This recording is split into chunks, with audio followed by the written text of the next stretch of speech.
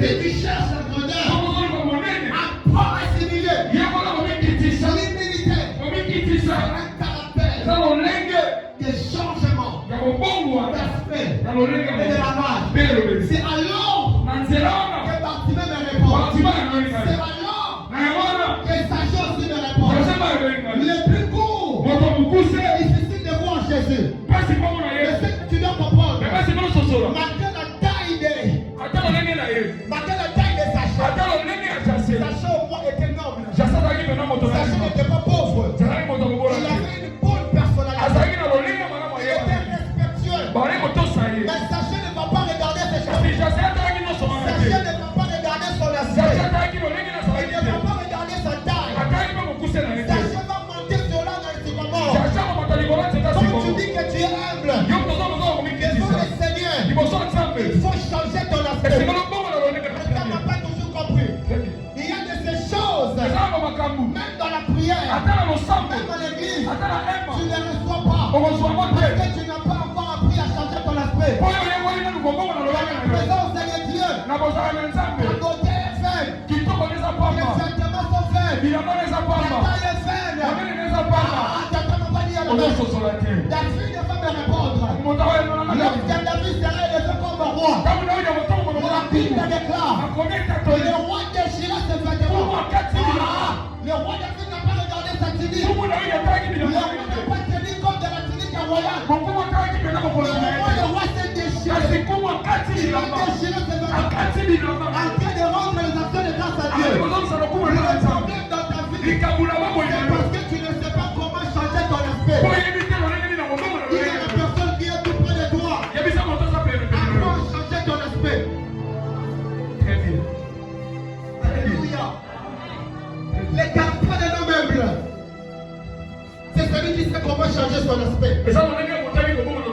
Alléluia. Amen. Il sait comment changer son aspect. Vous savez ce que le Seigneur a pu s'apprécier à Salomon? Peu importe l'argent qu'avait Salomon, Salomon ne s'est pas habillé comme d'autres rois. C'est écrit dans la Bible. Peu importe l'argent qu'avait Salomon, Salomon savait comment changer son aspect. Peu importe la sagesse et l'intelligence, il savait comment changer son aspect. Devant le Seigneur, nous devons apprendre à changer notre aspect. Je suis PDG, mais je viens à la montagne. Je suis PDG, mais je viens à la montagne. Je suis PDG, mais je servirai le Seigneur. Je suis belle, mais je serai dans le présent de l'Assemblée. Je ne regarde pas le bon aspect. L'humilité et le caractère, c'est celui qui sait comment changer son langage. Amanda, c'est le langage inférieur. C'est alors que David va prier. Lui qui était au roi. Après sa liaison en Bathsheba, David va toucher la femme de quelqu'un. Il sera fuyé. Mais le roi ne va pas s'enorgueillir. Le roi se retirera. En train de gêner et de prier. Mais il dira à Dieu, je ne suis pas digne. Psaume 51. Seigneur, pardonne-moi. Ne me retire pas dans l'esprit. Je suis un serviteur. Dieu, il fera de prière. David va changer son langage. Lui qui était un soldat, il n'avait pas appliqué les langages des soldats. Mais le Seigneur aussi béni. Un aspect et un langage. On ne dit pas Seigneur, je ferai. Mais par ta force, je ferai. C'est alors que David me répond. Lorsqu'il alla en guerre, les services dit que les secours de l'homme n'est que vanité. Avec Dieu, nous ferons des efforts. Mais tout le monde est revenu. David avait les grands soldats. Mais lorsque le deuxième Goliath s'éleva, la Bible déclare que David a dit à ses serviteurs, dans quoi que j'ai reçu l'option, je suis faible et quelqu'un. Le fils de Tchaoufa alla combattre le deuxième Goliath. La Bible déclare que David avait un soldat qui avait une lance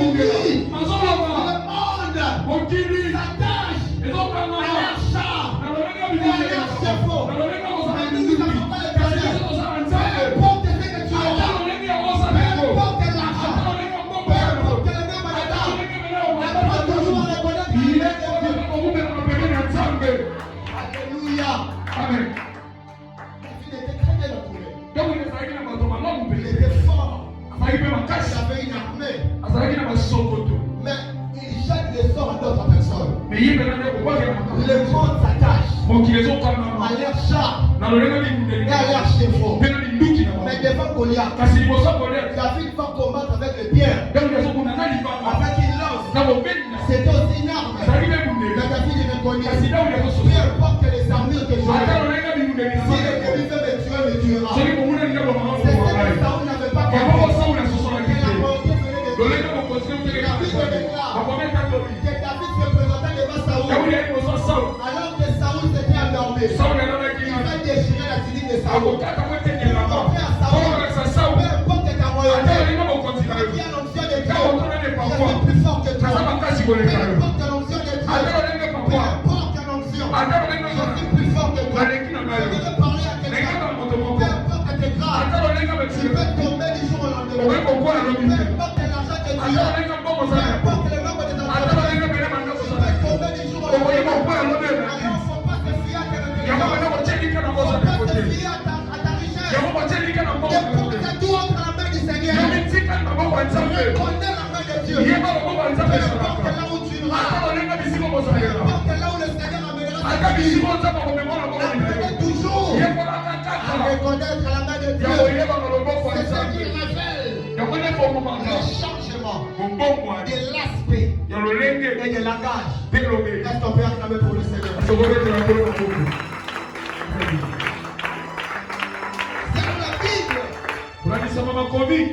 L'humilité et la reconnaissance de l'homme envers Dieu. Il faut savoir que tout ce qu'il possède et tout ce qu'il voit, donc grâce, vient de Dieu.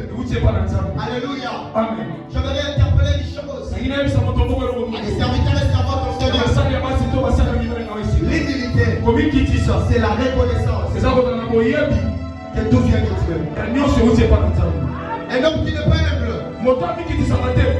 ne peut pas adorer Dieu. Un homme qui n'est pas humble ne peut pas rendre grâce à Dieu. Tu sais pourquoi le Seigneur n'ajoute pas de bénédiction dans ta vie? Parce que lorsque Dieu te donne, elle te dit que Seigneur, c'est parce que je fais. Écoute la prière de Anne. Seigneur, si tu me donnes un enfant mâle, les rasoirs ne passera pas sur sa tête. Je le consacrerai dans ton service. Le Seigneur exauça Anne. Il va donner Samuel à Anne. La Bible déclare dans 1 Samuel chapitre 2 que Anne va rendre les actions de grâce à Dieu pour le 1 que le Seigneur l'avait donné. Mais revenez dans le verset suivant. Pour faire la suite, le Seigneur avait accordé des enfants et des fils et des filles à Anne qu'il n'avait pas demandé. Quelqu'un n'a pas toujours compris. C'est que tu dois comprendre par la reconnaissance. Quand le Seigneur te donne un et que tu le remets, c'est un par tes actions de grâce. Le Seigneur ajoute ce que tu n'as pas demandé. Ne me dis pas Amen. Salomon me dit Amen. C'est-à-dire que tu ne dis pas Amen. Le roi Salomon me dit Amen. Salomon devient roi. Il se dirigea sur la montagne. Il va se milieu devant Dieu. Il va offrir 1000 holocaustes à Dieu. La Bible déclare à un soir, le Seigneur apparaît à Salomon. Il va poser la question à Salomon. Qu'est-ce que tu veux que je te donne? Salomon dit, avec la sagesse et l'intelligence. Écoute-moi. Tu sais pourquoi Dieu n'avait pas frappé Salomon pour les richesses? Parce que Salomon ne devait pas demander la richesse à Dieu. Alléluia. Amen. Lorsque le Seigneur donna la sagesse et l'intelligence à Salomon, sa richesse. Salomon demande à la sagesse d'intelligence. Dieu rajoute à la richesse.